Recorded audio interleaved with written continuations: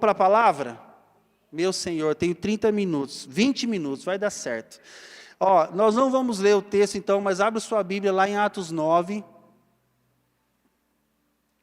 Atos 9, versículo 1 e 2.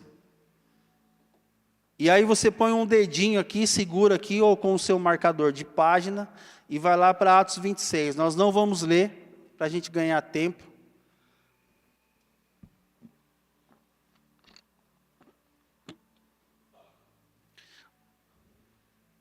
O título da mensagem é Agindo Deus, quem impedirá?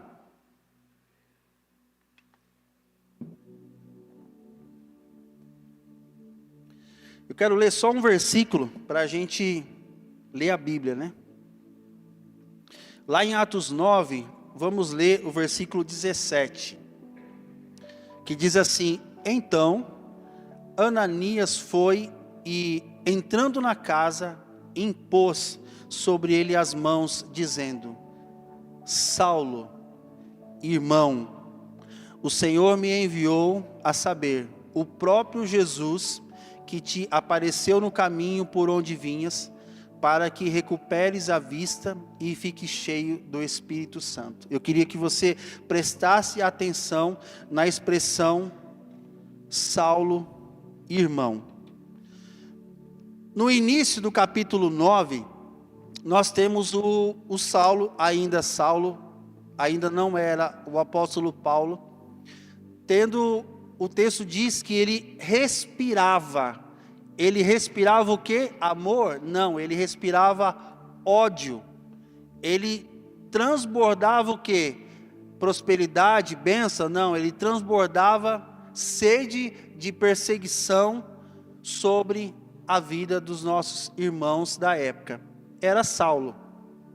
A Bíblia diz também no capítulo 9, que o alvo dele era os cristãos, né, o povo do caminho. Esse caminho aí, se você for observar, está com um C maiúsculo, relacionado ao nosso povo. Homens e mulheres que já confessavam a sua fé em Jesus. Eu também observo no capítulo 9, no começo, que diz o texto que ele queria prender esse povo. É uma atitude não muito ruim, mas lembra, ele transbordava ódio. Ele transbordava o quê? Transbordava ódio. Ele respirava ódio e queria prender. Só que se você for ler Atos 26, você vai perceber no discurso dele perante o rei Agripa que ele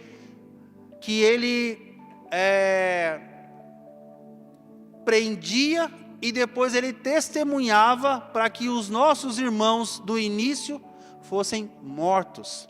Então havia sim sangue nas mãos de Saulo. E por último, eu queria que você prestasse atenção no versículo 9, no capítulo 9, que ele no versículo 2, capítulo 9, versículo 2, o finalzinho, ele queria levar os homens e mulheres, os nossos irmãos cristãos, presos para Jerusalém. Faz diferença nós prestarmos atenção nesse detalhe.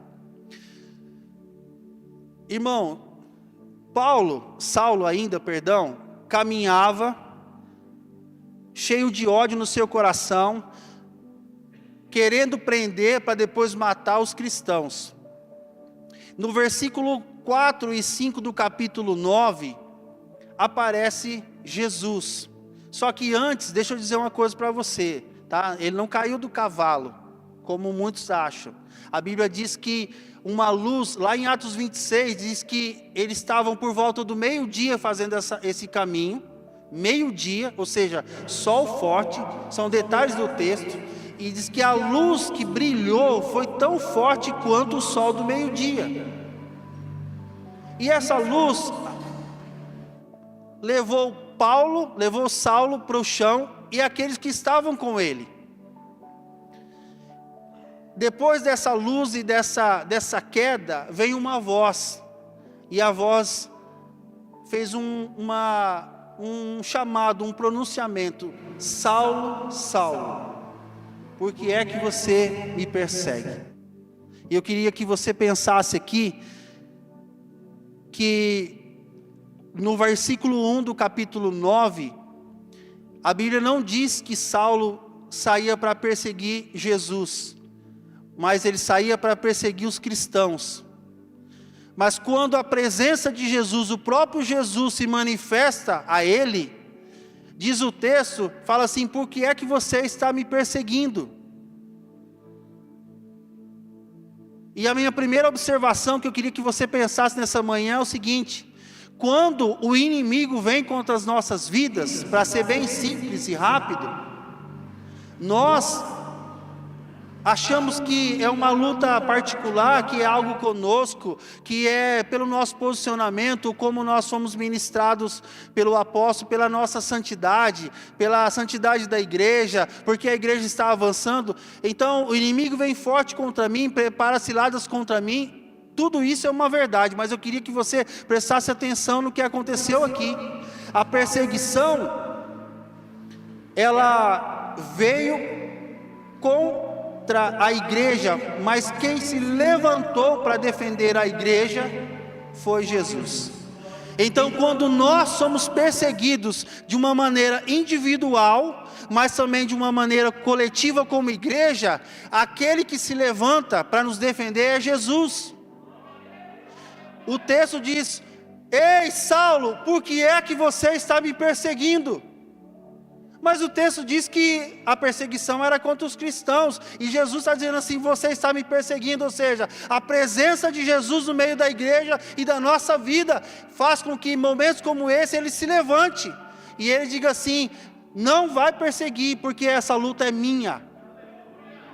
Então, se nessa manhã você está passando por algo desse nível, ou como igreja você tem sentido algum medo, algum receio, ou alguma perseguição no seu trabalho, na sua casa, o Senhor está dizendo a você nessa manhã: essa luta, ela é minha, ela não é sua, ela é minha. Eu, o Senhor, me levanto como eu me levantei para defender lá, eu me levanto nessa manhã para defender você. Ei, por que é que você está perseguindo? Ah, mas eu não estou perseguindo você. Sim, você está perseguindo a mim. Por quê? Porque sou eu que ando no meio da igreja. Versículo 12 do capítulo 26, diz que o apóstolo Paulo saiu em missão. No capítulo 9 também fala, ele recebeu uma missão, e a missão dele era sair para acabar com os cristãos. Vou acabar. E nós, 2000 anos depois, estamos firmes e fortes. Por quê? Porque não há perseguição à igreja, nem a você de forma individual, maior do que a presença do Senhor. Ele não só não conseguiu obter êxito naquilo que saiu para fazer, como no meio do caminho apareceu o caminho, a verdade e a vida, e mudou a vida dele. Então, se posicione nessa manhã sobre uma luta que você talvez esteja passando, sobre talvez o sentimento que você tenha como igreja. Qual é o meu posicionamento, bispo? Erga suas mãos e profetiza. Você vem contra mim com espadas e com lança, mas eu vou contra ti no nome do Senhor. Você vem contra mim para me perseguir, você vem contra mim para me matar, para acabar com a minha vida, mas eu profetizo: você vai virar ministro do Evangelho, você vai virar um profeta, Deus vai mudar a sua vida, porque não é sobre você, é sobre quem anda no meio da igreja. Eita glória, aleluia, aleluia, aleluia. Irmão, capítulo 9, versículos 7 e 9, diz assim, que Saulo ficou cego, e as pessoas que caminhavam com ele também estavam cegas. Veja, uma pessoa sem Jesus, caminhava achando que estava fazendo algo certo, mas sem Jesus. Quando a luz revelou viu que na realidade ele estava cego. A luz mostrou a cegueira dele. E as pessoas que estavam com ele também ficaram cegas. Sabe o que eu aprendo aqui? Eu aprendo, irmãos, que nesses dias eu preciso tomar cuidado com quem eu estou andando. Porque talvez você está cego, sem direção, mas talvez não, você tenha uma luz, uma direção, uma revelação. E as pessoas com as quais você tem convivido estão cegas. Porque a gente acha que a pessoa está certa, a gente acha que a pessoa está indo bem, a pessoa é amigo, a pessoa me trata tão bem, isso, aquilo. Irmãos, a pessoa tem até me ajudado, ela até me ajuda. O povo da igreja não me ajuda, mas fulano que não é crente, que isso, que aquilo, tem me ajudado mais do que o povo da igreja. Deixa eu te dizer uma coisa, eu olho para esse texto e eu vejo que o cego, que às vezes guia um outro cego, que está com um problema sério, não consegue perceber o tamanho dessa cegueira. E quando ele sabe o tamanho, talvez conviva com pessoas que também estão cegas, no sentido espiritual, no sentido de estar sem direção. Eu não posso, irmãos, nesses dias, cometer erros, ter conselhos, direções, que me façam sair do caminho, perder dinheiro. Eu vou numa palestra de um coach, porque preciso de direção da minha vida. Eu vou lá em tal lugar, porque fulano vai pôr a mão na minha cabeça e tudo vai mudar. Eu vou sentar com fulano, porque fulano, ele tem sucesso nos negócios, ele tem sucesso na... Ei, deixa eu te dizer, busque o Senhor, primeiramente, obtenha do Senhor aquele que brilha a sua luz e que diz: eu sou no meio da igreja. Tem uma palavra dele, uma direção dele. Por quê? Porque se ele falar, ele vai cumprir, ele vai com você até o final, ainda que nessa manhã você passe por muitas lutas, mas se ele falou, ele é fiel para sustentar essa palavra. Ainda que a direção dele traga para você muitas lutas, você não vai errar. Mas vai ficar apertado, vai ter muita dificuldade, ok, mas no final você vai dizer: aconteceu. Fiel é aquele que faz a promessa.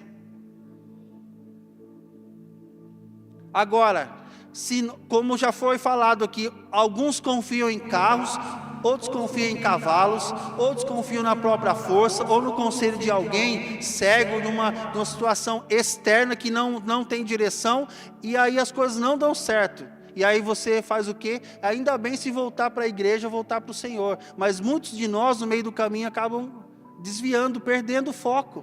Por quê? Porque buscou conselho em alguém cego. Então tome muito cuidado com as suas amizades. Eu tenho amigos que não são cristãos. Eu tenho amigos que às vezes falam até palavrão perto de mim, depois fica constrangido e pede desculpa. Eu os tenho. Não tem como, gente, a gente não vive nesse ambiente aqui, maravilhoso aqui. Você sai daqui, a gente está sujeito. Mas o Salmo 1 diz assim que feliz, próspero, abençoado é aquele que não se assenta, que não se detém, que não para, que não fica pedindo conselho para esse tipo de pessoa. Então essas pessoas fazem parte da nossa vida, sim, nós amamos essas pessoas, sim, mas se elas não têm direção, se elas são cegas, o que é que eu faço? Seja bênção na vida delas. A luz que vai revelar a cegueira, as trevas, ela está em você. Agora, se você também está cego, há luz para você também nessa manhã. Eu entrei aqui nessa manhã, bispo, perdido. Então, a luz do Senhor nessa manhã está aqui para trazer revelação para você. Irmãos, a luz do Senhor, ela mostra a nossa cegueira, como nós de fato estamos. Eu queria que você pensasse que os olhos são a lâmpada do corpo. Nós precisamos entregar o nosso coração a Ele, sim, porque é uma forma eu estou entregando a minha vida. Mas os olhos, a Bíblia diz que eles são a lâmpada do nosso corpo. E se os olhos me guiarem, me mostrarem um caminho, os meus pés vão caminhar de forma segura. Se eu tenho direção, preste atenção que Saulo caminhava fazendo coisas ruins e erradas, achando que estava fazendo certo. Por quê? Porque nele havia o quê? Cegueira. E depois a luz revelou as escamas nos seus olhos. Então, como é que eu mudo isso? Eu mudo isso prestando atenção como está a minha visão em Deus. Como é que eu tenho as minhas direções, onde eu tenho buscado, a quem eu tenho pedido conselho. Mas e se eu tiver dificuldade no meio do caminho? Como nós temos caminhado, como nós temos prosperado, como nós temos tido as nossas lutas, tudo isso revela como estão os meus olhos, e para onde eu tenho ido, e de quem eu tenho obtido conselho e buscado. Irmão, nós temos na nossa liderança 102 oficiais. Em agosto nós vamos receber provavelmente mais uns 10. Posso ouvir um amém? Não é possível que no meio de 110 oficiais você não tenha conselho. Desse povo todo, 30 são presbíteros e pastores.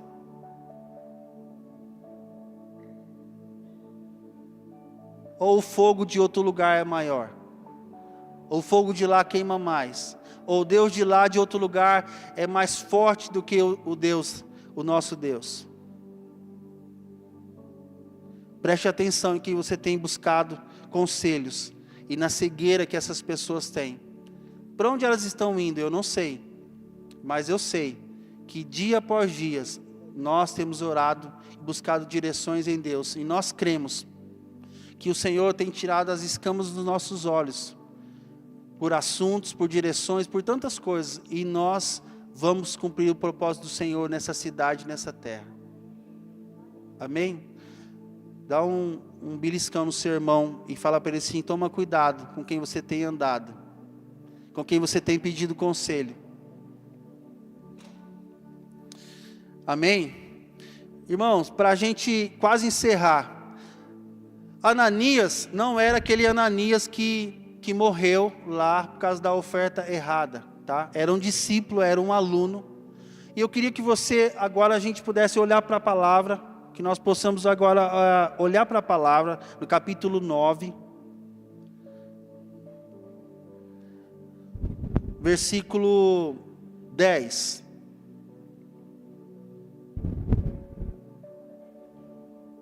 Diz assim: ora, havia em Damasco um discípulo chamado Ananias. Disse-lhe o Senhor numa visão: Ananias, ao que respondeu: eis-me aqui, Senhor. Então o Senhor lhe ordenou: dispõe-te e vai à rua que se chama Direita. E na casa de Judas procura por Saulo, apelidado de Tarso, pois ele está fazendo o quê?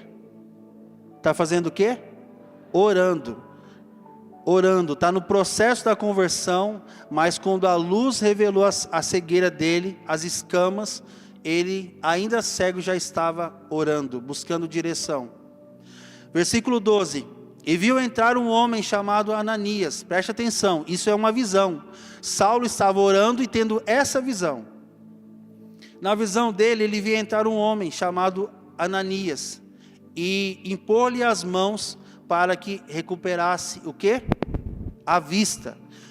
Ora, alguém que estava com autorização das autoridades para perseguir e matar, agora estava cego e sem direção.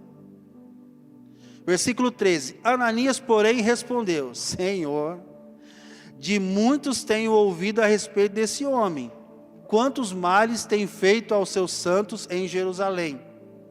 E para aqui trouxe autorização dos principais sacerdotes para prender a todos os que invocam o teu nome. Senhor, que fria é essa, que gelada é essa que o Senhor quer me colocar? Olha o currículo desse homem. Versículo 15, mas o Senhor lhe disse: vai, porque este é para mim instrumento escolhido para levar o meu nome perante os gentios e reis, bem como perante os filhos de Israel, pois eu lhe mostrarei quanto lhe importa sofrer pelo meu nome. Então Ananias entrou na casa, impôs sobre ele as mãos, dizendo: Saulo, irmão, o Senhor me enviou, a saber, o próprio Jesus, que te apareceu no caminho por onde vinhas, para que recuperes a vista e fiques cheio do Espírito Santo. Imediatamente lhe caíram dos olhos como que umas escamas, e tornou a ver. A seguir levantou-se e foi batizado. Penúltima observação, penúltimo ponto que eu queria ver com você. A Bíblia diz que Ananias, que aqui já é um discípulo, um irmão nosso, quando recebe o chamado do Senhor, ele faz o quê? Ele fala: Senhor, você está de brincadeira comigo, Senhor, não é possível. Não, esse homem é o lampião, esse homem é o matador, esse homem é ruim demais. Esse homem tem autorização, esse homem tem autoridade, esse homem tem uma carta das autoridades para poder matar a gente. O Senhor quer que... Senhor, eu sei que o Senhor é onisciente, mas você não está sabendo das últimas, não? Não é possível que o Senhor está me mandando fazer isso. Não é possível que o Senhor está me chamando para fazer isso. Não é possível, Deus, que o Senhor está pedindo para eu renunciar a isso. O Senhor sabe quanto eu tenho medo de enfrentar essas coisas, de enfrentar esse homem. Não é possível, Senhor, que o Senhor está me pedindo isso. Eu sei, irmãos, que eu estou sendo profeta nessa manhã. E eu sei que Deus está pedindo para você renunciar a coisas nessa manhã. Eu sei que o Senhor está te chamando para fazer algo nessa manhã e nesses dias. E o Senhor está pedindo para eu dizer a você: filho, obedeça. Talvez você esteja vendo o contexto. Talvez você esteja olhando toda a situação.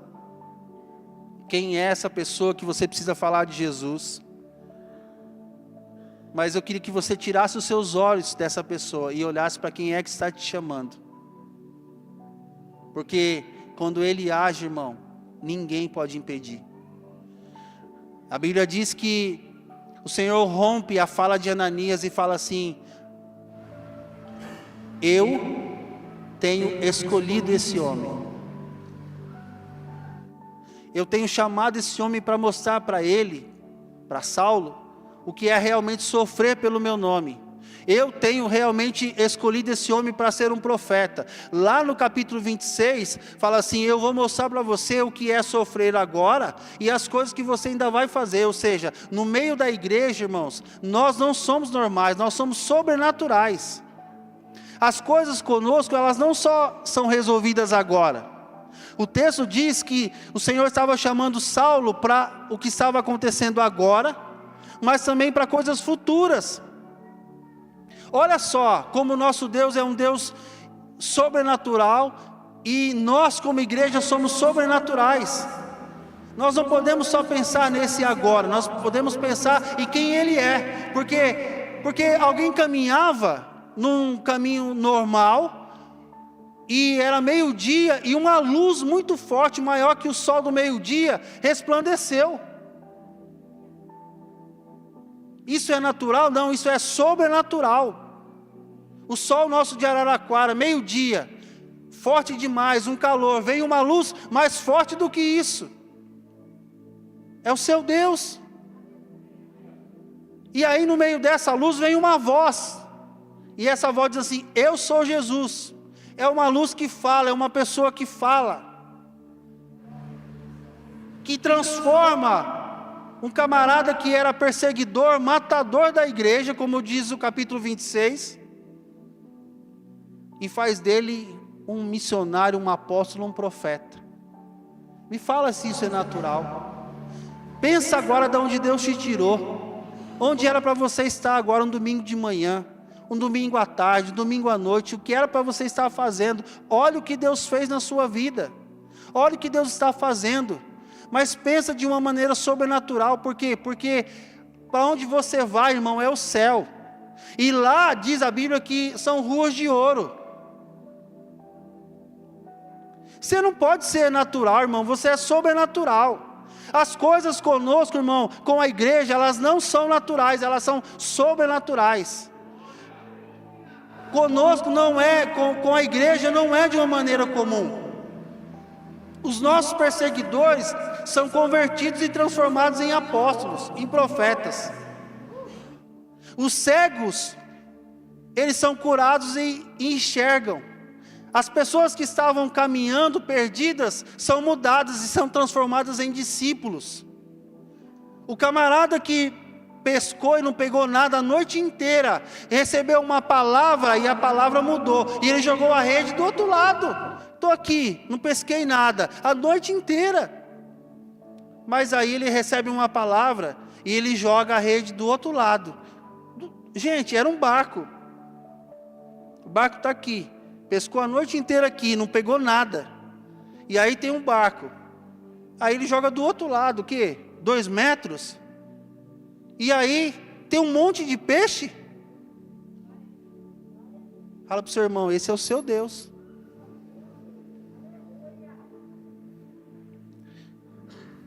Irmão, quando Ele age, ninguém impede. Para encerrar, eu queria que você pensasse em algo. O texto do capítulo 9 diz que Saulo queria levar o povo preso para Jerusalém. Por que é que tinha que levar para Jerusalém? Porque era um local, né, e é até hoje um atrativo. Eu tenho vontade de conhecer. Mas era local de adoração, era símbolo de religiosidade. Os nossos irmãos amavam Jerusalém, mas a religião também amava. E Saulo queria prender e levar para Jerusalém. Por quê? Porque o julgamento, as coisas aconteciam por lá. De lá procedia os ensinamentos maiores, as palavras maiores, as revelações, toda a direção, tanto dos nossos amados, quanto daqueles que perseguiam. E eu queria que você prestasse atenção, porque Saulo poderia resolver a questão aqui na sua província, resolvia ali porque a pessoa era local, mas não, eles queriam levar para Jerusalém. O mesmo local, o mesmo conhecimento, a mesma região que pode te trazer a presença de Deus, ela também pode te matar. O mesmo local que é até hoje um local de atração, no sentido de conhecimento da palavra e lugares geologicamente falando, com muito conhecimento para nós, na época para nós é até hoje, ou seja, isso não mudou. Mas é o mesmo local que representa algo assim tão grande, tão lindo, tão bonito, também pode matar. E o que o Senhor colocou no meu coração é: igreja, preste atenção.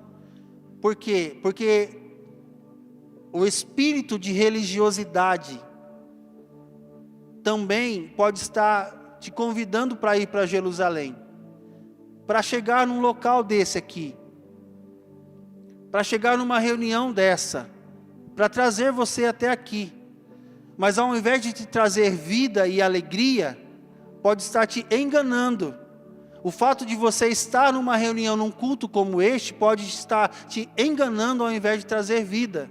Como é que eu sei? Ora, Saulo levava o povo para Jerusalém para prender e para matar. É o mesmo lugar onde havia alegria, onde havia celebração, peregrinação. Como é que eu percebo? Sinais de vida. Sinais de vida. Sinais da manifestação de Deus. O apóstolo Paulo, agora já ainda não apóstolo, mas já caminhava para não ser mais Saulo, para ser Paulo. A Bíblia diz que Ananias põe a mão sobre ele e ele é curado. Irmãos, onde há manifestação de Deus e não há religiosidade, há sinais, há curas. A Bíblia diz que quando Ananias pôs a mão, o Espírito Santo veio sobre ele. Então, se eu tenho sinais de Deus e não da religião, a religião me traz para um domingo de manhã e me faz assistir o culto e ir embora para casa com aquela sensação: eu cumpri o meu papel nessa manhã. Mas a Jerusalém, a presença de Deus, aquilo que não é religião, diz: eu venho, eu recebo e eu saio daqui já para entregar. Eu saio para visitar, para almoçar com os meus familiares, com a minha família à tarde, com alguém à noite, mas eu saio para levar algo vivo. A Bíblia diz que colocou as mãos, foi curado, recebeu o Espírito Santo e ele já foi batizar. É algo constante, é algo que vai movimentando e os sinais do Senhor vão acontecendo. Então, assim, tome muito cuidado, porque a religião também quer te levar para Jerusalém e colocar uma capa, um demônio, porque, gente, não existe um outro caminho. Ou você está no mover do Senhor, ou você está no mover diabólico, satânico, e sendo enganado. Se os sinais, as manifestações do Senhor não são notórios na sua vida, tome cuidado. Como é que eu vejo, bispo? Veja se você tem esses sinais. Qual foi a última vez que você orou por alguém? Qual foi a última vez que você manifestou a palavra do Senhor para alguém? Qual foi a última vez que você dobrou os seus joelhos e orou por alguém? Qual foi a última vez que uma ministração dessa de missões moveu o seu coração? As pessoas com as quais você trabalha, elas sabem que do seu posicionamento, da sua fé? A religião, irmão, também te leva para Jerusalém, para te prender e para te matar. Então tome muito cuidado. Amém? Vamos nos colocar em pé, vamos orar.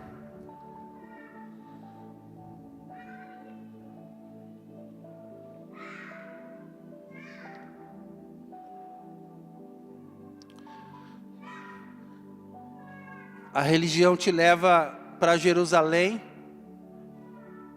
para te prender e para te matar. Mas o Pai põe um anel no seu dedo, põe uma roupa bem bonita e põe uma sandália e diz assim: filho, vai pregar a minha palavra. A mesma Jerusalém que te prende e te mata, ela também te traz te traz vida.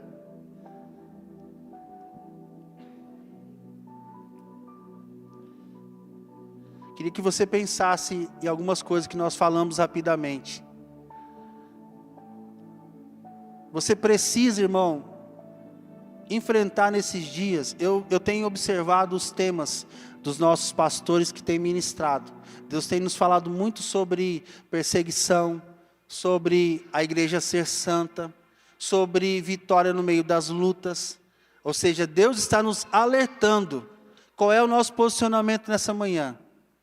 Nós vamos nos posicionar como igreja. Por quê? Porque quando alguém se levanta, preste atenção, é Ele que nos defende. Você precisa crer e profetizar.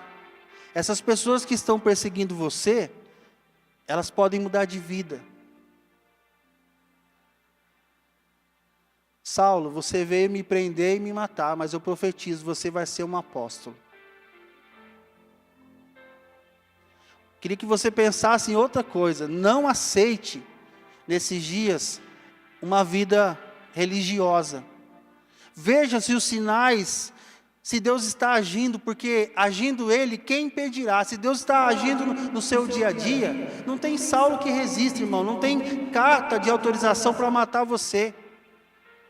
Maior é aquele que está no meio da igreja, que anda no meio da igreja. E Ele diz: sou eu. Você não está perseguindo a pastora Simone, você está perseguindo eu, Jesus. Você não está perseguindo o presbítero Johnny, você está perseguindo a mim, Jesus. Você não está perseguindo o pastor João, você está perseguindo a mim, sou eu, Jesus. Então é com ele, não é com você. E se ele está conosco, o Espírito Santo se manifesta. Há curas, há conversão, há mudança de vida. Não deixe a religião te tomar, irmão, nesses dias. Porque a Bíblia diz que nos últimos dias o amor de muitos vai se esfriar. E se tem uma coisa que traz frieza espiritual é a religião.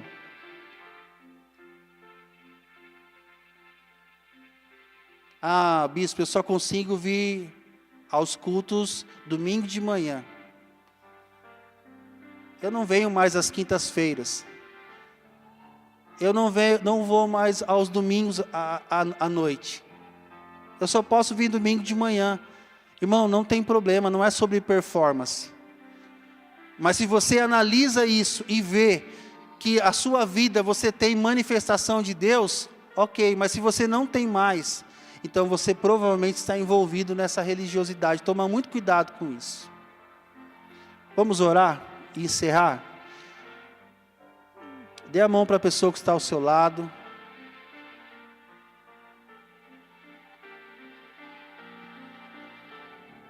Agindo Deus, quem impedirá? Pai, nós queremos ministrar sobre as nossas vidas nessa manhã, essa palavra, agindo o Senhor na nossa vida. Quem impedirá, Senhor? E nós queremos declarar que ninguém vai impedir o seu agir na nossa vida.